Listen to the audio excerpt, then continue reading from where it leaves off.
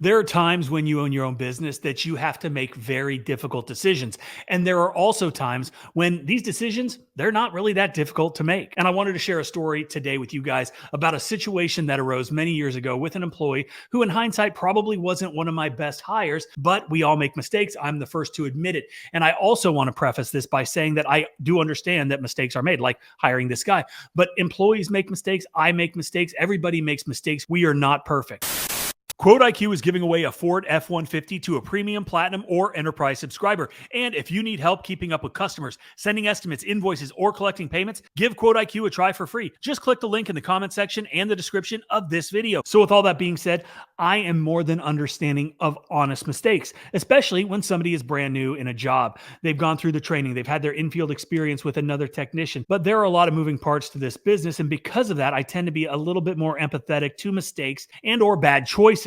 But in this particular case, this was not a new hire. This was somebody that had been with me for a couple years, and he did a good job. He didn't do a great job. He did a good job. His customer service skills were on a scale of 1 to 10, I'd say probably a 5, maybe a 6 on a really good day, if I was being completely honest. He was not the type of guy that I would probably hire today, simply because our customer base is now more affluent, and I think that they expect a little bit more than what he was capable of conveying, right?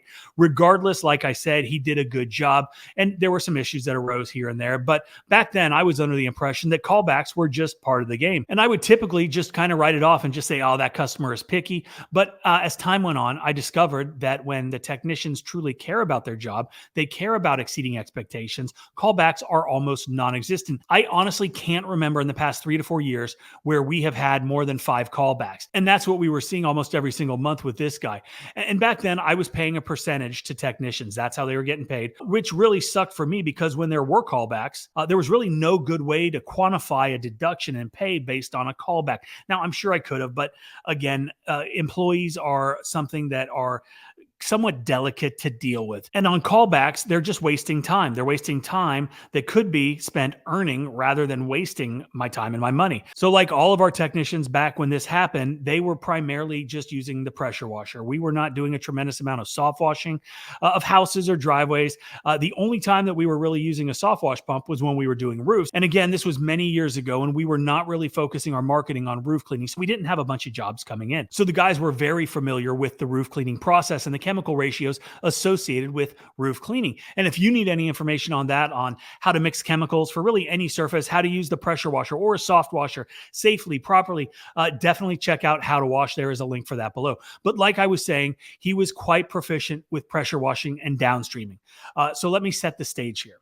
We do a lot of work for local realtors, property managers that handle rental properties, because once you get in there, you do a good job, you prove yourself, and you perform, they are likely to just stick with you. It's a lot easier to have one guy to go to than hoping that the people you call randomly are going to show up, they're going to do a good job, they're going to do what they say that they're going to do. And we had a job for a customer like this on the books, a realtor, and also one of my neighbors who actually lived like right down the street, who'd hired us to do a simple house wash for one of her clients.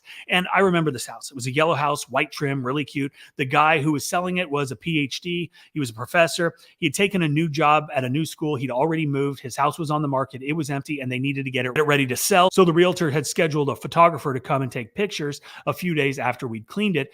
So we got the call, we got him on the schedule, and we went out to wash the house. Well, everything was going good, and then something mechanical went wrong with the pressure washer. And I can't remember if it just died, if it was a battery, if it just wasn't pulling from the chemical injector, whatever the case was. He tried to troubleshoot it. He couldn't figure it out. We needed to get the job done and on to the next. And I don't remember what I was doing or where I was at that particular moment in time, but I do know that I didn't go over there to help him troubleshoot.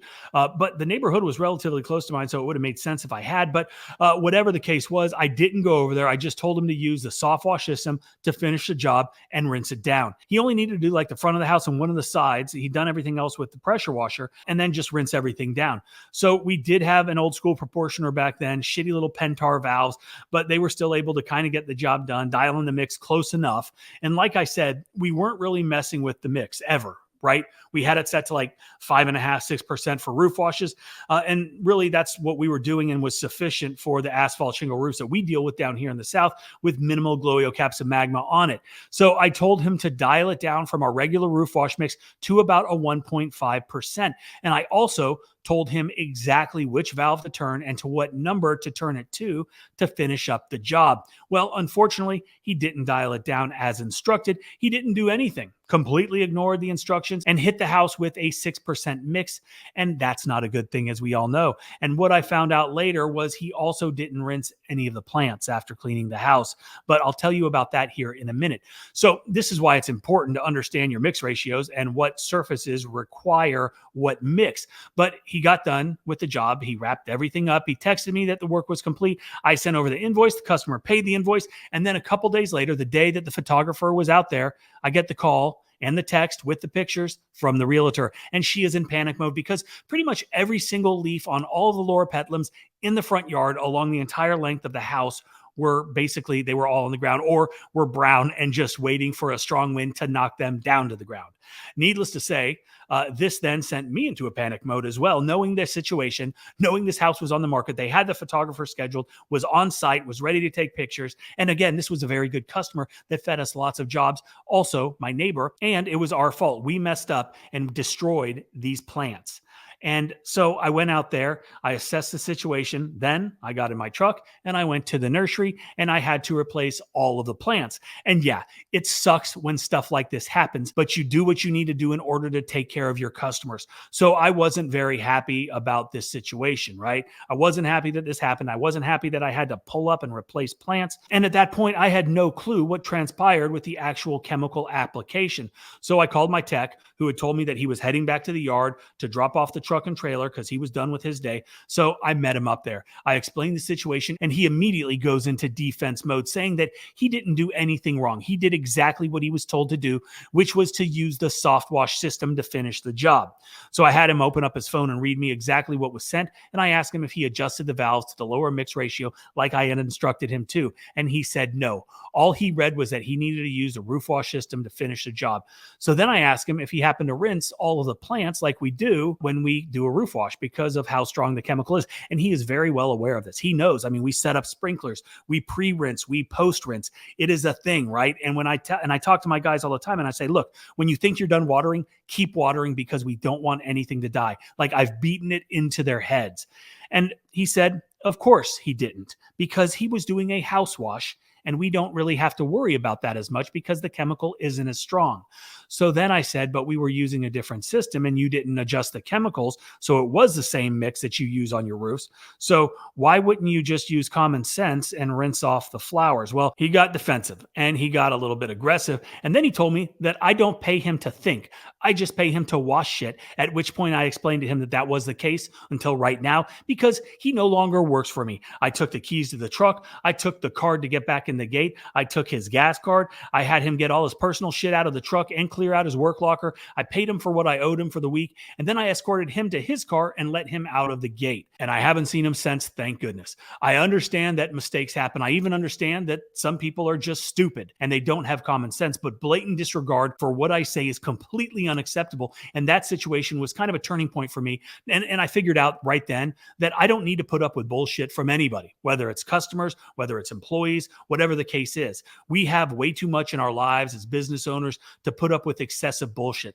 So anytime you can eliminate that from your life and your business, I highly encourage you to not wait to do it like I did. Take care of it before it becomes something bigger, before it escalates. And yes, I have to admit that it sucks anytime you fire anybody because you have to replace them, you have to train them, you have to get them up to speed.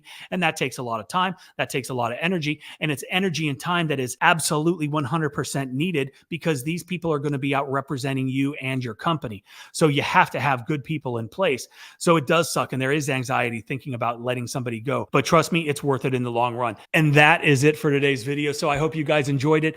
If you haven't already, remember that we are giving away a Ford F-150 to a premium platinum or enterprise subscriber of 𝗂𝘂cie𝗁𝗲. So definitely check that out. There are links for that down there. And also check out How to Wash if you need any help on any aspect of how to wash basically anything on a residential job site. So thanks for watching, guys, and have a great day. We've put together the most intensive training the industry has ever seen. Over 6 hours of in-depth training on the best methods for cleaning houses, roofs, driveways, and every other surface you might encounter on a residential job site. How to wash covers the chemicals to use, how to mix them, the equipment, the best methods to make you the most efficient and profitable you can be. Safety and property protection, specialty chemicals, as well as pro tips, and so much more. We've helped 4,500 students get their ECP certification, which means How to Wash delivers and continues to deliver because it's yours to keep and review forever. We've also included an extensive Q&A section in each module, which gives you even more information at your fingertips. How to Wash is less than the price of one house wash, so don't wait. Click the link below.